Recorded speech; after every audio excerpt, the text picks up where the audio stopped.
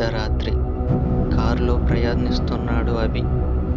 తన ఇంటికి వెళ్దామని ట్రైన్‌లో టికెట్స్ బుక్ చేసుకోవడం కుదరకపోతే క్యాబ్‌ని బుక్ చేసుకుంటాడు.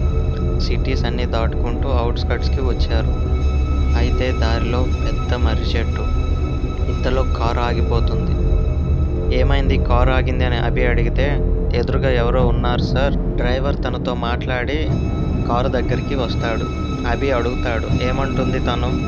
డ్రైవర్ చెప్తాడు, "తను ఆ రోడ్డు మీదుగా వెళ్ళకండి.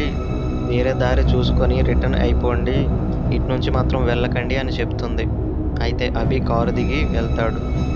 "ఎందుకు అటునుంచి వెళ్ళకూడదు? ఏమైంది ఇప్పుడు వెళ్తే?" "నాకు టైం అవుతుంది. ఇటునుంచే వెళ్ళాలి. దగ్గరగానే ఇటొచ్చాము" అని చెప్తాడు. ప్రాబ్లమ్స్ తెచ్చుకొని పెట్టుకున్నట్టే. అందుకనే నేను చెప్పింది వినండి. వేరే దారి నుంచి వెళ్ళిపోండి అని సమాధానం చెప్తుంది తను. అభికి ఏం అర్థం కాదు. "నేను ఈ దారి గుంటానే వెళ్తాను. అసలు ఏమవుతుందో నేను చూస్తాను" అని డ్రైవర్‌తో వెళ్తాడు అభి. అయితే ఫస్ట్ వెళ్ళిన అరగంట వరకు అంతా బానే ఉంటుంది. ఎవరో రోడ్డు మీదుగా పరిగెట్టి వెళ్తున్నట్టు అనిపిస్తుంది అభికి, డ్రైవర్‌కి. "రిటర్న్ వెళ్ళిపోదాం సార్" అని డ్రైవర్ అంటే, అభి "సరే రిటర్న్ తిప్పేసేయ్. తను చెప్పిందే నిజంలా ఉంది" అని అంటాడు. కానీ అప్పటికే చాలా ఆలస్యం చేశారు. అలా కాసేపు వెళ్ళగానే కారు డిక్కీ నుంచి ఏవో కదలికలు గమనిస్తారు. ఏమైందో తెలియదు. కారు దిగి చూద్దామంటే భయంతో వణికిపోతున్నారు. ఒక్కసారిగా కారులో కూడా ఎవరో కూర్చుని ఏడుస్తున్నట్టు వినిపిస్తుంది అభికి.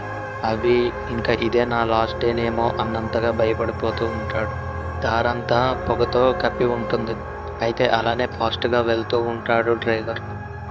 అసలు ఎక్కడికి వెళ్తున్నానో తెలియట్లేదు అని ఒక్కొక్కసారి ఆపి చూస్తాడు. వాళ్ళకేం అర్థం కాదు. అసలక్కడ ఏం రోడ్డు కనిపించదు. అసలు వాళ్ళు ఎక్కడికొచ్చారో వాళ్ళకే తెలీదు. ఆ సంఘటన తర్వాత నుంచి వాళ్ళ ఆచూకీ లేదు. మీకు కూడా ఏదో ఒకప్పుడు ఇలాంటి సంఘటన జరిగే ఉంటుంది. కామెంట్ చేయండి. Thank you for watching. కల్పితాల్లోక